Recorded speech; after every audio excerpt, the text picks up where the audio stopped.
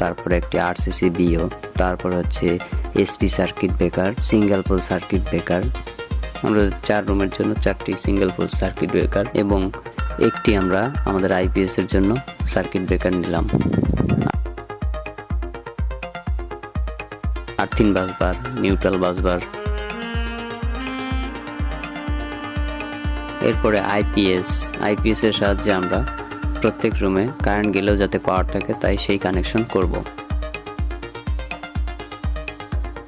আমরা প্রত্যেক রুমে 2টি করে লাইট নিয়ে নিলাম, একটি আইপিএস এর জন্য আর সরাসরি কারেন্টের জন্য। Fan, switch board, socket, power socket, করিডোরের জন্য সুইচ বোর্ড এবং পাওয়ার সকেট, ওয়াশরুমের জন্য একটি সিঙ্গেল পোলের সুইচ নিয়ে নিলাম। এখন আমাদের লাইন করতে হবে। তার আগে আপনি যদি আমার চ্যানেলে নতুন হন তাহলে অবশ্যই সাবস্ক্রাইব করবেন এবং পাশে থাকা বেল আইকনটি বাজিয়ে দেবেন।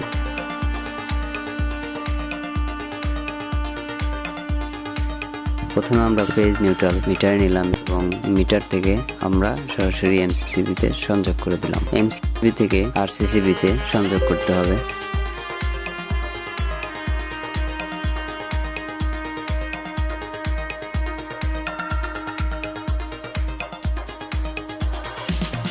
আরসিসিবি থেকে প্রত্যেকটি এসপি সার্কিট ব্রেকারে কমন করে দিতে হবে।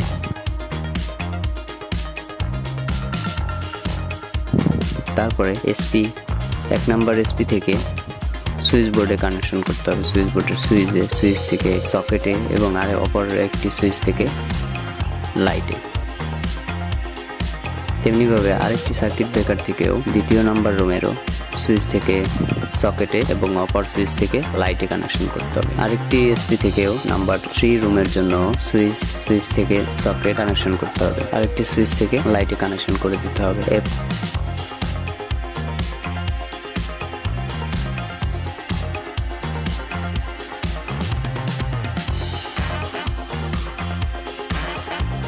পরে করিডোরের জন্য সেম ভাবে একটি এসপি ব্রেকার থেকে লাইন চলে আসবে সুইচ বোর্ডের একটি সুইচ দিয়ে সকেটে অন অফ করা যাবে এবং আরেকটি সুইচ দিয়ে লাইট অন অফ করবো। আমরা সেইভাবে কানেকশন করে দিই। করিডোর থেকে ওয়াশরুমের সিঙ্গেল পোলের সুইচে কানেকশন করতে হবে এবং সুইচ থেকে লাইটে কানেকশন করে দেবো। আইপিএস এর ব্যাটারি কানেকশন করলাম। এখন আইপিএস এর পাওয়ার কানেকশন, আইপিএস এর চার্জিং কানেকশন করার জন্য একটি 3 পিন প্লাগ নিয়ে নিলাম। অপর একটি 3 পিন প্লাগ থেকে আমরা আউটপুট করব। সেই আউটপুট লাইনটা ব্রেকার থেকে প্রত্যেকটি রুমে আমরা লাইন কানেকশন করব। এর জন্য এখানে আমরা নিয়ে নিলাম সুইচ বোর্ডের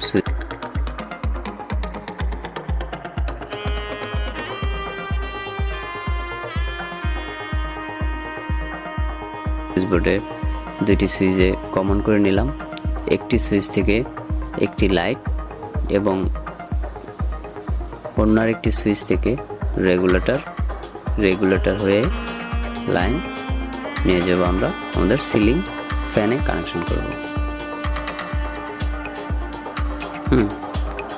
এইভাবে প্রত্যেকটি রুমের কানেকশন করে নিতে হবে। এভাবে আমরা ইয়েলো তারটি থেকে আবার একটি লুপিং নিলাম। লুপিং নিয়ে 3য় রুমের জন্য সুইচে কমন করে একটি সুইচ থেকে লাইট এবং অপর আরেকটি সুইচ থেকে রেগুলেটর হয়ে ফ্যানে কানেকশন করতে হবে। তেমনিভাবে আবারও ইয়েলো তার থেকে কমন করে লুপিং নিয়ে আমরা সুইচ বোর্ডে নিলাম। 3 নম্বর সুইচ বোর্ডের প্রত্যেকটি সুইচে কমন করে দিলাম। একটি সুইচ থেকে লাইট এবং অপর একটি সুইচ থেকে রেগুলেটর হয়ে ফ্যানে কানেকশন করতে হবে।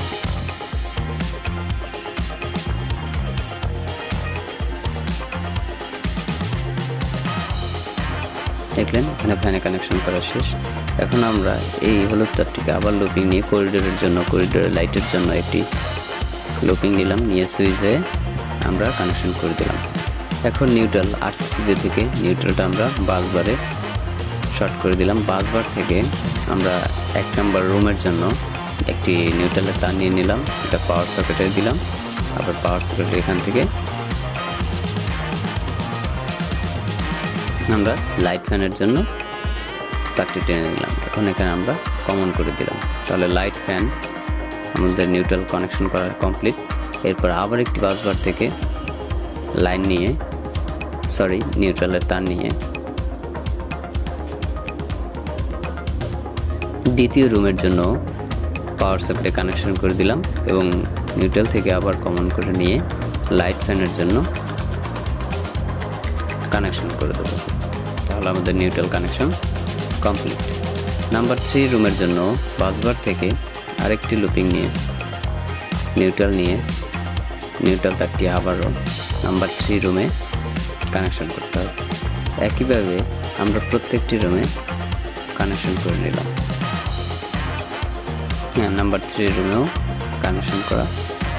লাইট ফ্যানের জন্য এখানে কানেকশন করা হচ্ছে। হ্যাঁ, এভাবে কানেকশন করা হলো। এখন করিডোরের জন্য একটি নিউট্রাল তার নিতে হবে। নিউট্রাল তারটা নিয়ে